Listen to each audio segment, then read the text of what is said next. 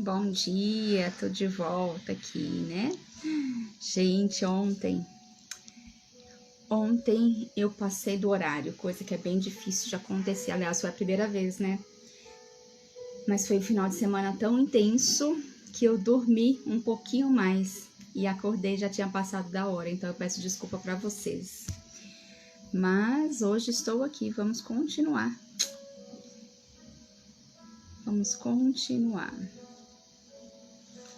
Isso aí, deixa eu só convidar aqui algumas pessoas. Você que vai assistir a aula gravada depois, pode passar para frente um pouquinho. E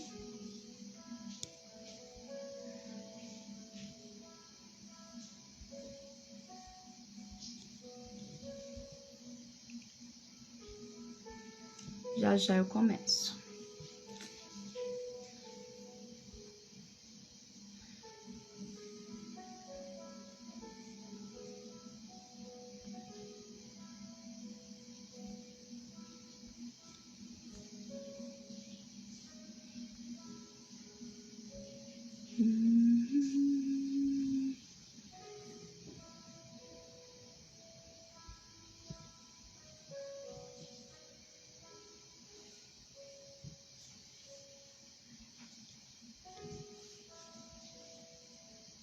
Já já começamos, tá, pessoal?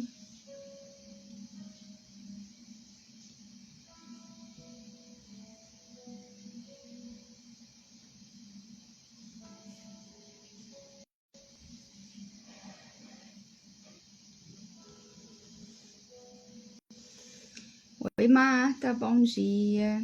Cristal, bom dia, que bom ter vocês aqui. Eu falei agora há pouco que eu peço desculpa para vocês, porque esse fim de semana foi tão intenso que eu perdi a hora ontem. Eu acordei, já era mais de 6 horas. Bom dia, Cristal. E aí, ficamos sem a live ontem, mas tudo bem, né? Foi a primeira vez que aconteceu e foi necessário também para eu dormir um pouquinho. Mas hoje estou aqui recuperada. Vamos continuar, né? E hoje nosso tema é isso, a realidade do mundo invisível. Fresquinho aqui que eu vou trazer para vocês, que foi algo que eu já venho falando já há bastante tempo, né? De forma mais separada. Mas hoje eu vou focar um pouquinho mais nessa parte, trazendo alguns versículos bíblicos que falam sobre isso. Por quê? Toda a nossa fé, toda a nossa intimidade com Deus, ela é embasada em algo que é invisível, né? Porque todo mundo espiritual, o que aconteceu com Jesus na cruz, Deus, Jesus, o Espírito Santo, os anjos, tudo isso a gente não enxerga com os nossos olhos carnais. Mas, pela fé, nós cremos de coração através da fé, não é isso? Então, o mundo invisível, ele é muito mais real do que esse mundo visível que os nossos olhos carnais enxergam. E o segredo para que a gente possa ter mais intimidade com o Senhor é justamente o nosso foco naquilo que é invisível e não nos deixarmos distrair por aquilo que é visível. Esse é o grande segredo. Porque é melhor a gente cometer erros, aprender em humildade, do que não ter experiências, por exemplo, no sobrenatural, né? Às vezes, de tudo que eu já tenho falado aqui, às vezes você escuta a voz de Deus, às vezes você quer falar alguma mensagem que Deus te passou, alguma sensibilidade que você sentiu, e você fica naquela, será que foi Deus que falou comigo? Será que é mesmo para eu fazer isso? Será que não é?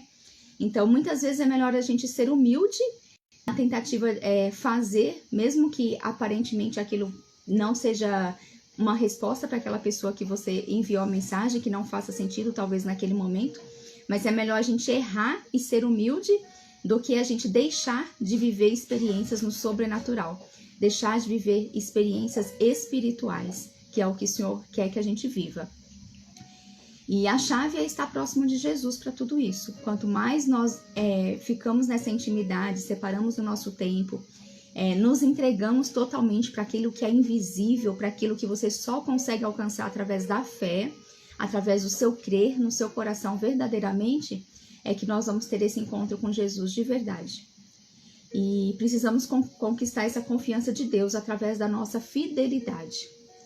E a fidelidade é um outro passo, porque Na verdade, o nome de Deus, quando vai ser estudado esse nome, ele significa ser fiel. Então, toda vez que eu falo, meu Deus, o meu Pai, ele é fiel. Então, se eu já pronuncio o nome de Deus assim, sabendo que ele é fiel, no próprio nome isso já está escrito, eu sei que toda palavra dele, tudo que ele escreveu e tudo que ele faz na minha vida, ele vai ser fiel para cumprir aquilo que precisa. E essa é a nossa fidelidade que ele quer também. E quando nós entendemos esse mundo espiritual, a gente vai entender o que é esse fiel. E aí eu trouxe lá 2 versículos inicialmente, que eles estão em Hebreus. Hebreus, ele vai falar muito da fé. E lá em Hebreus 11, ele conta assim a história de todos os homens, um pouquinho da história de cada homem de fé. De Abraão, de Noé e de tantos outros que eles tiveram que, pela fé, continuar aquela promessa que o Senhor tinha entregue a eles. E em Hebreus 11:3 ele diz assim, que foi o começo, né? Pela fé, entendemos que o universo foi formado pela palavra de Deus, de modo que o que se vê não foi feito do que é visível.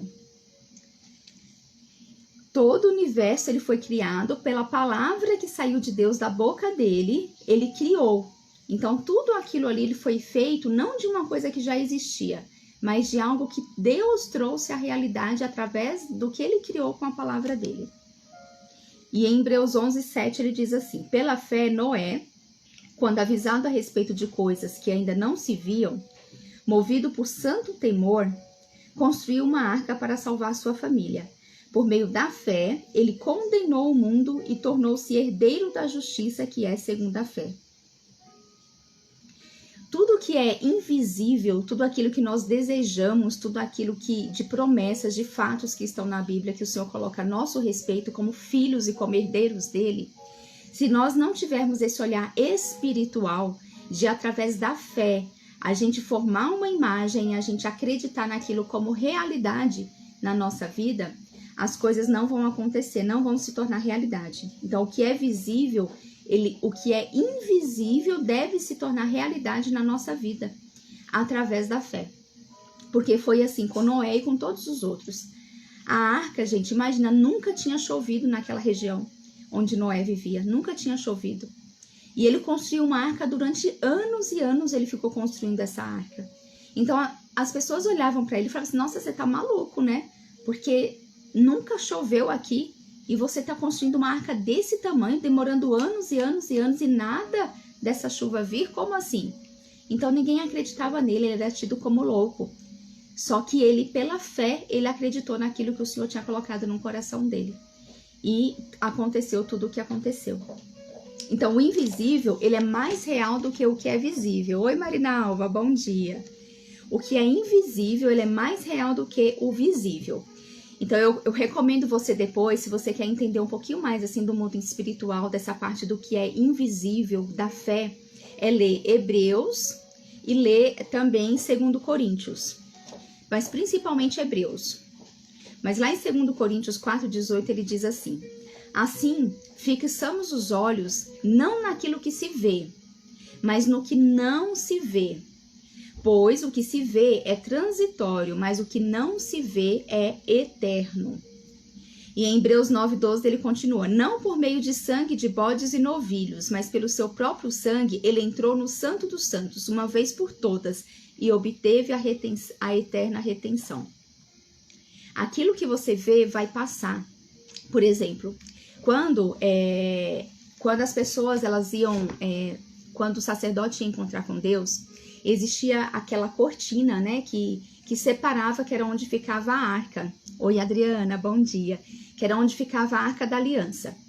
E eu não sei se você já foi aqui na igreja de Salomão aqui, que eu esqueci o nome que eles dão, né? Lá é muito legal porque, assim, eles representam toda essa arca. Outro dia eu fui visitar para eu poder conhecer, assim, a parte, conseguir visualizar melhor como que era a arca, como que eram as coisas naquela época. E ali tem a arca que somente o sacerdote, uma vez por ano somente, ele podia, com toda a preparação que ele tinha, depois de passar por todo um ritual, por todo um processo, ele podia encontrar com Deus e conversar com Deus, encontrar de ouvir a voz, né? Não de ver face a face. Mas ele entrava no lugar que era chamado Santo dos Santos, onde ele atravessava ali a cortina e ele adentrava, ele ficava atrás dessa cortina e ali ele tinha o momento dele com Deus. E ali ele entregava todos os pecados das pessoas, todos os erros.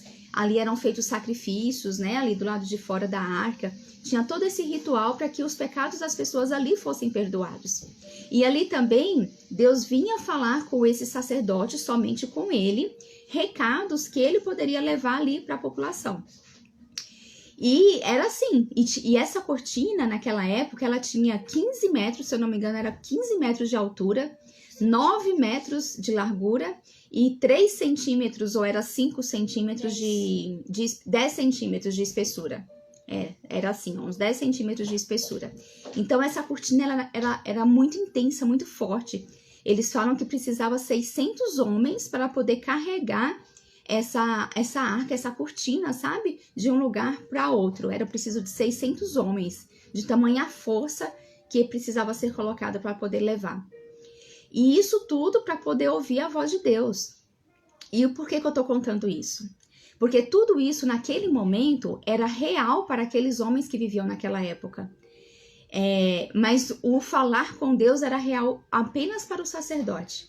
E pela fé, todas aquelas demais pessoas que saíram do Egito, que fizeram toda aquela travessia, pela fé, eles tinham que crer naquilo que Moisés contava, naquilo que o sacerdote contava, quando ele adentrava ali. E depois disso, o que aconteceu? Jesus Cristo veio e ele ressuscitou e ele enviou um Espírito. Quando ele ressuscitou, lá na cruz, ele disse assim, está consumado. E nós até já fizemos aqui uma live só para falar sobre isso.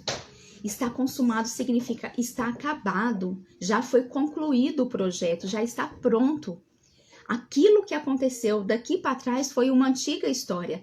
Daqui para frente é uma nova história. É uma nova aliança que agora eu, Jesus, faço com o meu Pai.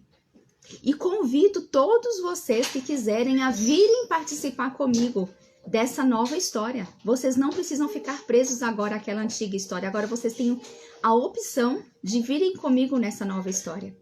E quando Jesus Cristo falou, está consumado, a Bíblia relata que o véu foi rasgado.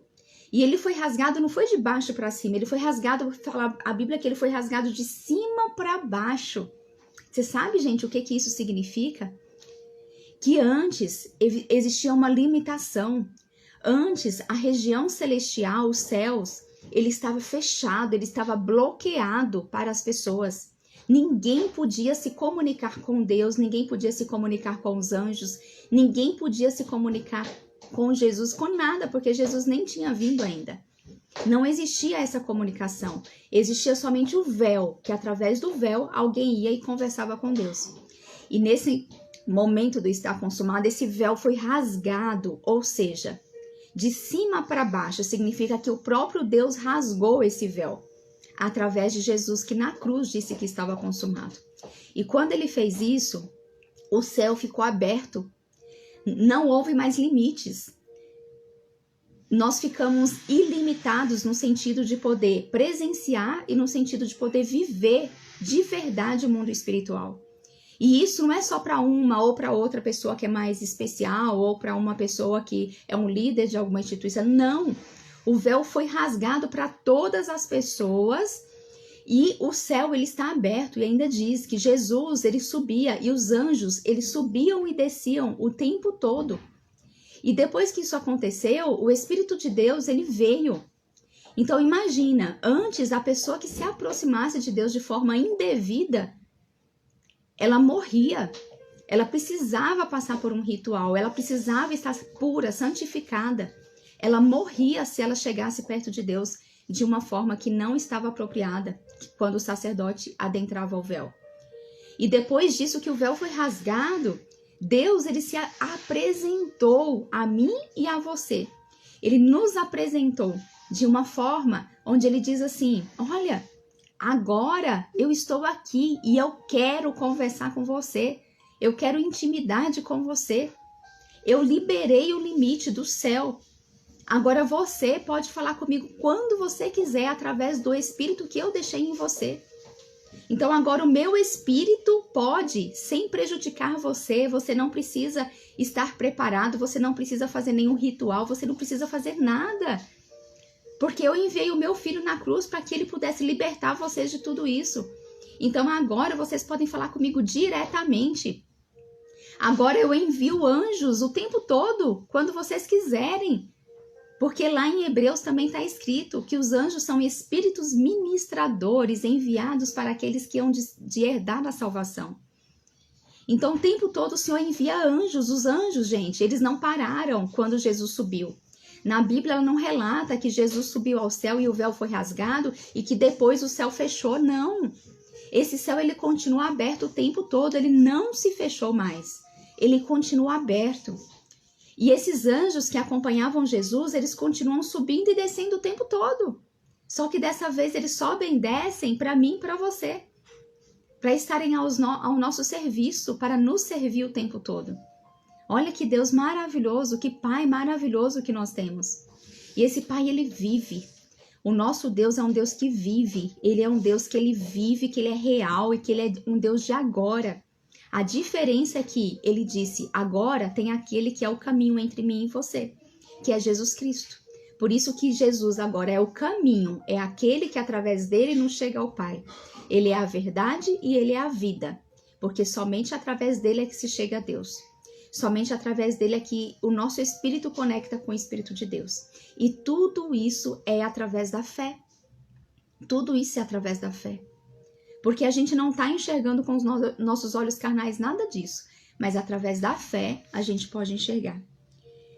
E aí por isso que ele fala lá em Hebreus, que não por meio de sangue, nem de bodes, nem de novilhos, que são os sacrifícios, né? Mas pelo próprio sangue, que é o próprio sangue de Jesus. Ele entrou no Santo dos Santos. Ou seja, Jesus, através da morte dele, do sacrifício dele na cruz, ele entrou no lugar mais sagrado, que é o lugar onde Deus habita. E Deus rasgou esse véu. E não existe mais separação. E uma vez por todas, ele obteve a eterna redenção. Olha como que isso é lindo. É por isso que aquilo que nós vemos com os nossos olhos carnais, assim como eles viam a cortina que separava o santuário antigamente, e tudo aquilo mais que a gente vê, isso é passageiro. Isso tudo é passageiro. Existe um mundo que ele é eterno, existe um mundo que ele é celestial. E se nós não aprendermos hoje a viver já por esse mundo espiritual, se nós não aprendermos a desfocar do mundo material, do mundo terreno e voltar o nosso olhar para aquilo que é eterno, para aquilo que é sagrado, de voltar o nosso olhar para o sentido de abrir os nossos sentidos espirituais, para que a gente possa enxergar o que o Senhor quer que a gente enxergue, aquilo que nós nascemos para fazer, né? Que nós somos criados para fazer. Pela fé, vai chegar assim momentos que a gente não vai mais conseguir, né? E que o que é real, assim, no sentido de que aquilo que você enxerga com os seus olhos vai tomar conta do seu ser, vai tomar conta das suas emoções, dos seus sentimentos, assim como quando você está, por exemplo, com dificuldades financeiras ou com alguma doença, você foca naquilo e isso toma conta do seu ser e você desvia daquilo que é eterno. A nossa vida, ela é eterna. Nós somos criados para crer mais do que se vê, do que no invisível. Então, primeiro a gente tem que crer e depois a gente vai ver aquilo que a gente creu, né? E aí a vida cristã, ela precisa, é necessário que essa vida cristã, daquele que acredita em Jesus Cristo, que ela esteja relacionada ao que não é visto, que ela esteja relacionada àquilo que é invisível. Por exemplo, Deus, Jesus, o Espírito Santo, o céu, os anjos, os demônios, a redenção, a fé, tudo isso a gente crê, não é? Você crê, simples assim. Mas ver com os olhos carnais a gente não está vendo. E aí a minha pergunta para você é, se você crê que Jesus Cristo morreu numa cruz, que ele foi crucificado e por isso você hoje é chamado cristão, que significa um pequeno Cristo, né? Você sabe o que significa cristão, gente? Significa isso. Cristão significa um pequeno Cristo. Isso significa que se você se permite e se deixa chamar de cristão, porque você acreditou numa obra consumada da cruz, no que Jesus Cristo fez na cruz, Significa que você é um pequeno Cristo na Terra. Você representa Jesus Cristo na Terra. Percebe o quanto isso é forte, o quanto isso é intenso, o quanto isso é real para você? Agora, se você crê que Jesus Cristo morreu numa cruz, que ele ressuscitou, que ele enviou o Espírito Santo dele para habitar dentro de você, se você crê em tudo isso, o que te faz não crer, por exemplo, nos milagres, nos sinais e nas maravilhas que ele é capaz de fazer? O que te faz não crer nas diversas histórias que ele traz relatando na Bíblia? As histórias de vários milagres, a história de Abraão, a história de Noé, a história de Jacó, a história de Ana que não podia engravidar, e a história de tantas outras mulheres. Se você acredita, olha só, se você acredita que o Espírito Santo foi colocado dentro da barriga de Maria, uma mulher normal, como eu e como você, uma mulher normal, mas o Senhor escolheu ela para que Jesus fosse gerado no ventre dela. Se você acredita nisso, que Jesus foi colocado dentro de Maria, e ali ele foi gerado até dar os 9 meses de nascimento dele, sem precisar da presença de José ali para colocar o espermatozoide nela. Se você acredita nisso, o que te faz não acreditar que o Senhor cura? O que te faz não acreditar que o Senhor tem promessas que são direcionadas para você porque você herdou isso quando você aceitou ser filho de Deus? O que te faz pensar isso? Então percebe como nós precisamos focar mais naquilo que é invisível. Porque se a gente se deixa desviar por aquilo que os nossos olhos carnais veem, com aquilo que os nossos ouvidos carnais escutam, com aquilo que nós sentimos hoje no nosso toque, se a gente se deixa levar por isso, a gente vai se afastando desse mundo espiritual, sabe? Desse mundo de fé. E aí você acredita que Jesus veio de uma barriga de uma mulher sem precisar de um homem? Você acredita que ele morreu numa cruz, que ele ressuscitou? Você até acredita que o Espírito dele habita em você, mas você não acredita que ele pode te trazer a cura do que você precisa. Você não acredita que ele pode te trazer a provisão. Você acredita que o que aconteceu com as pessoas que ele colocou na Bíblia só aconteceu com aquelas pessoas e que não é possível acontecer com você. Que fé é essa, né? Que fé é essa nossa? E o nosso problema é que nós cremos, vivemos e estamos muito mais conectados com a realidade natural, através dos nossos sentidos naturais, do que conectados com a realidade espiritual, por meio de nossos sentidos espirituais. E existem 2 leis que são leis espirituais. Uma é a lei da fé e a outra é a lei do plantio e da colheita. E a lei da fé, lá em Romanos 3:27, ele diz assim, ó: onde fica então o orgulho? Foi totalmente excluído. Por meio de qual lei? A lei das obras? Não, pelo contrário, por meio da lei da fé. Então, existe uma lei que é a lei da fé. Essa lei da fé é aquela onde você crê na graça de Jesus. É onde você crê que o fato de Jesus ter sido morto na cruz e dele ter ressuscitado, depois que ele enviou o Espírito dele em você, existe uma graça sobre a sua vida. E essa graça, ela realmente é de graça. Só que só toma posse dessa graça, que é de graça, através da fé. Ou seja, eu e você, nós somos capazes de fazer coisas que nós não conseguimos fazer por nós mesmos. Eu e você somos capazes de falar, de estar falando aqui numa live assim, de, por exemplo, ter revelações quando você estiver lendo a Bíblia. Eu e você somos capazes de ir dar um abraço numa pessoa que está precisando, quando você, por você mesmo, não iria fazer isso. Mas a graça de Jesus, ela te capacita a fazer coisas que nem você acredita que você é capaz. A graça dele, a misericórdia dele de perdoar os nossos pecados quando nós ainda não merecemos ser perdoados, mas assim, ainda assim ele nos perdoa porque ele vê o nosso arrependimento sincero de coração, então ele nos perdoa. E ele ainda nos entrega coisas maiores ainda para fazer. Por quê? Porque nós somos pequenos cristos vivendo aqui na Terra. Nós representamos Jesus Cristo aqui na Terra. E é por isso que ele diz: ide e levai o evangelho a todas as criaturas, até os confins da Terra. O livro de Atos é um livro da igreja primitiva, onde ele começa contando a história de Jesus Cristo, de como os apóstolos começaram a igreja, né, começaram a divulgar o evangelho. Depois veio Pentecostes, o Espírito Santo que veio sobre todos eles, e a partir dali eles foram levando o evangelho para várias cidades e várias pessoas. Então, o livro de Atos, ele não tem fim. Ele começou ali, naquele começo, com aquelas pequenas pessoas. Na primeira pregação de Pedro, por exemplo, foram 3.000 pessoas que foram convertidas na primeira pregação. Na segunda foram 5.000, porque naquele momento precisava ser de forma muito intensa para acelerar ali o processo, para cada um ir para o seu lugar e continuar. E essa igreja, que é essa reunião de pessoas, ela não parou por ali. Tanto é que o livro de Atos, ele não tem fim. Ele acaba, mas ele não acaba. Porque o Senhor disse, ide levai o evangelho a todas as criaturas, até os confins da terra. E por que que ele enviou o Espírito Santo dele dentro de você? Por que que ele quer que você acredite mais no invisível do que no visível? Por que que ele quer te tirar o foco daquilo que é visível? Por que que ele quer colocar essa lei, que é a lei da fé, em você?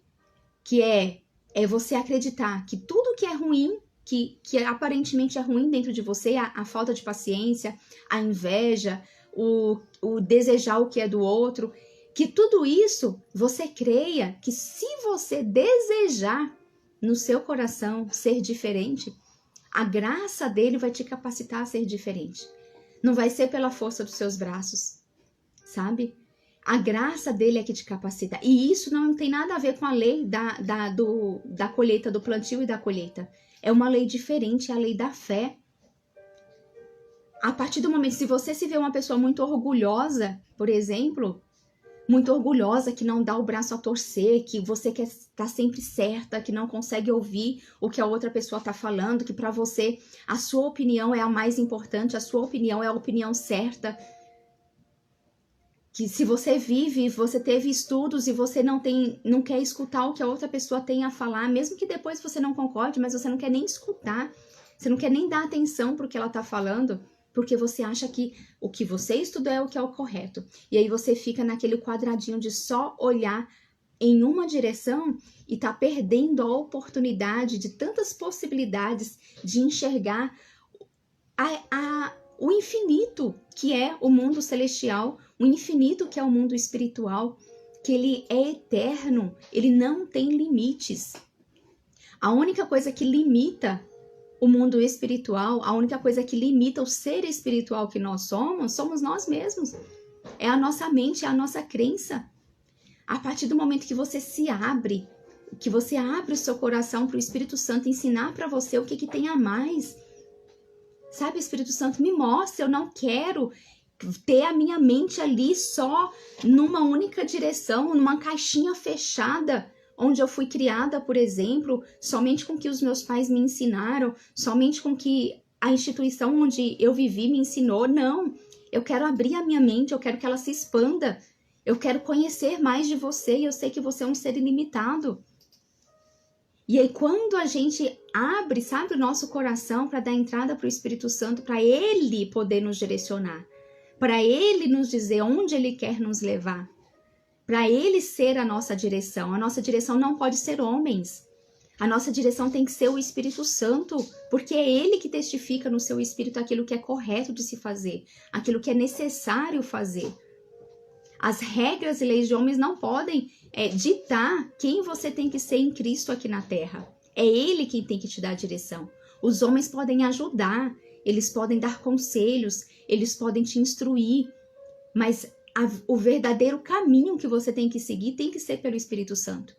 Porque uma vez que você for guiada pelo Espírito Santo, você pode estar sozinho em um ambiente onde você não conhece nada, onde você não conhece ninguém, ainda assim você vai conseguir ser guiado. Você sempre vai ter esse guia, porque ele habita aqui, ó, é o próprio Deus que está te guiando, que habita aqui. E aí, quando a gente anda assim pela lei da fé, como eu estava falando do orgulho, você fala para ele, fala assim, Espírito Santo, eu entendi que eu sou orgulhosa, mas eu não aceito mais isso na minha vida, eu não quero, tira isso de mim. E aí, se você for lutar pela carne, falar assim, não, a partir de agora eu não sou orgulhosa, gente, não vai.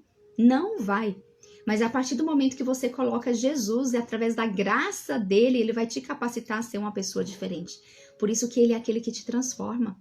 Ele é aquele que te faz uma nova criatura, sabe? Ele é aquele que te dá uma vida nova. E aí a lei do plantio e da colheita já é uma lei diferente.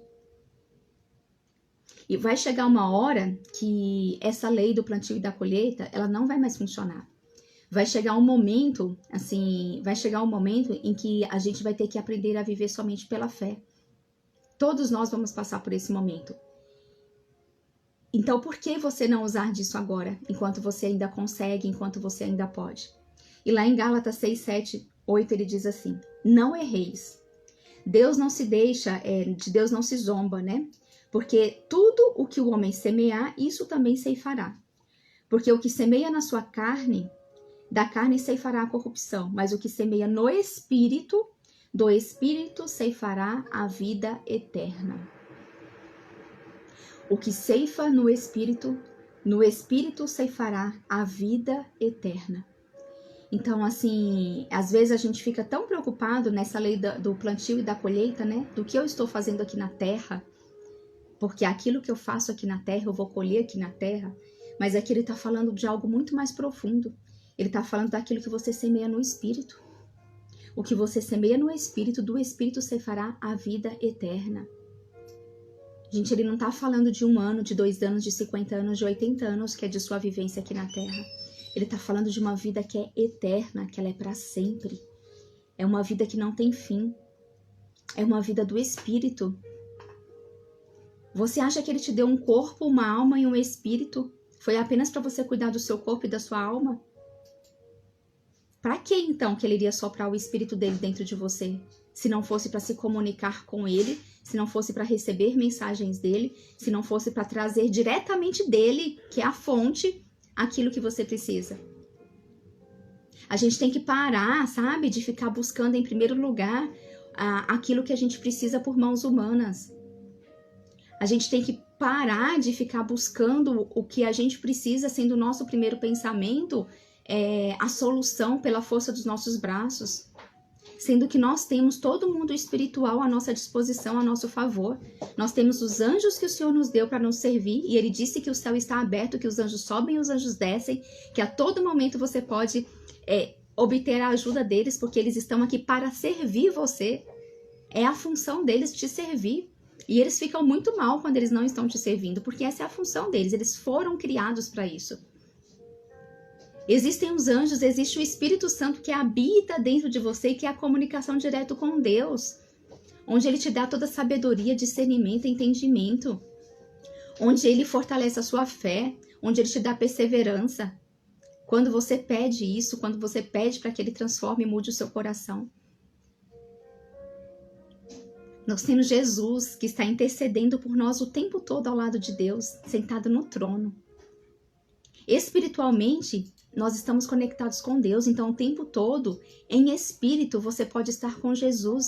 O seu espírito, ele está com Jesus o tempo todo, ele está com Deus, com a Trindade o tempo todo. Só que nós andamos no mundo carnal, nós andamos no mundo terreno, nós trabalhamos demais, nós estudamos demais, nós estamos muito preocupados com as coisas da carne, com o que vestir, com o que comer, né? E a gente esquece do principal, que é do sopro do Espírito Santo dele dentro de nós. E aí vem uma pergunta de como... Eu ia fazer uma pergunta, mas é um assunto longo, então eu não vou fazer essa pergunta aqui, vou deixar para amanhã, pra gente continuar, tá bom? Mas assim, o que eu quero dizer para você é que existe algo muito mais intenso, muito mais real para ser vivido, e isso você só vai encontrar através da sua intimidade com Jesus.